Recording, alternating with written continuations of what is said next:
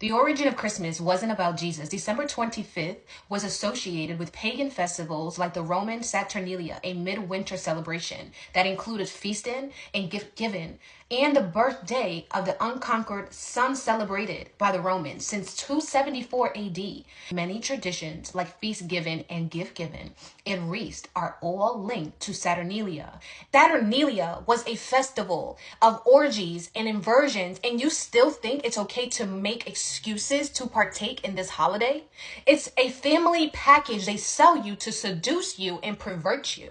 You're not celebrating the birthday of Jesus Christ.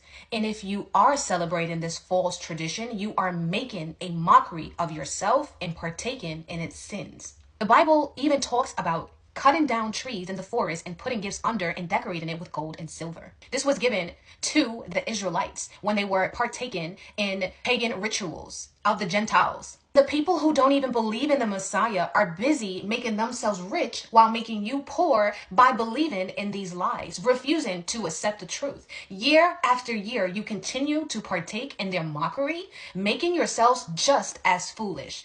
What makes people even more foolish is not knowing who they're really serving. Nimrod is who you are really celebrating on December 25th. Listen to what Jeremiah 10:1-5 says. It says, "Hear the word of Yahuwah speaks to you, O house of Yashrael. This is Yahuwah. Do not learn the ways of the Gentiles, and tribe customs of these people are worthless. For one cuts a tree of the forest, work for the hands of the craftsman with a cutting tool. They adorn it with silver and gold. They fasten it with nails and hammers, so it does not topple. They are like a rotted post, and they do not speak. They have to be carried because they cannot walk." What do you think this is talking about?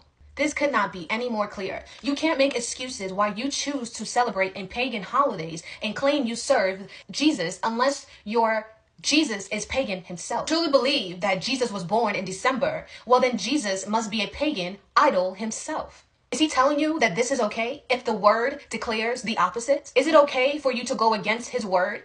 Is he telling you to be like the world? Because it sounds like it.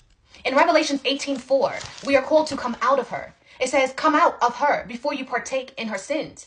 That is a warning. If you do not come out of these lies, you're going to partake in the wrath of Yahuwah, the Most High, Elohim. Why do you think your churches are not teaching you about Mystery Babylon? Because they are a part of it.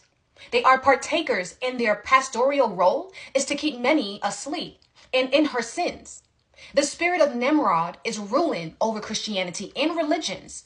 In Genesis 10:8 says this, "And Cush brought forth Nimrod. He began to be a mighty one in the earth." Well, in Jeremiah 7:8-9 says, "See, you are trusting in false words, stealing, murdering, and committing adultery, and swearing falsely, and burning incense to Baal, and walking after the mighty ones you have not known." In verse 13, it says, "And now, because you have done all these works, declare Yahuwah, and I swore to you, rising up early and speaking, but you did not hear. And I called you, but you did not answer. And I shall cast you out of my presence, and I have cast out all your brothers.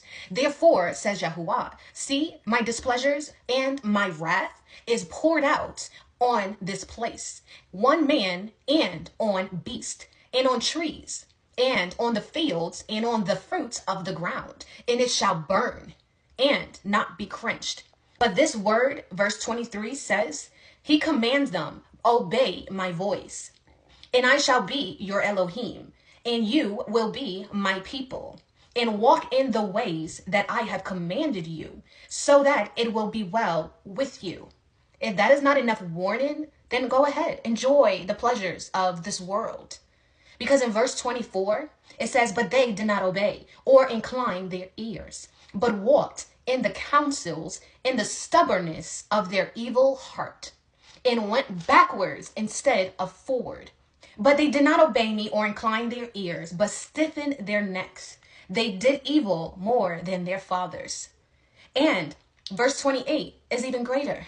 It says, "But you shall say to them, this is a nation that did not obey the voice of their Elohim, nor did they accept instructions. Truth has perished and been cut off from their mouths. Every year, Mariah Carey opens up the season dressed in her offerings, in her pictures. She's the center of men and seductiveness and naughty men who with spoons waiting to eat her up. A sodomite composition. That's not enough for you? The garlands on your trees, aka round jingle balls. The round balls you put on your tree are bull balls, and you're partaking in it without knowing it.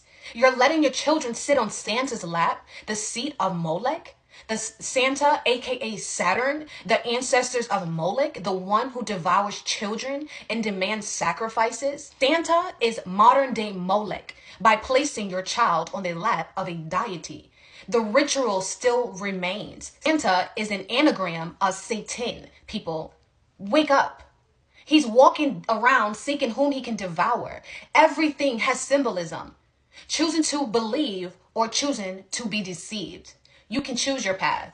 You can choose the ancient, narrow road, meaning you're set apart. You obey his commandments, his word. Apply it to your life and walk and live like the true Messiah, not the made-up Christianity that the Europeans and Roman Empire brought to this world for you to be deceived. Many are called, but few are chosen.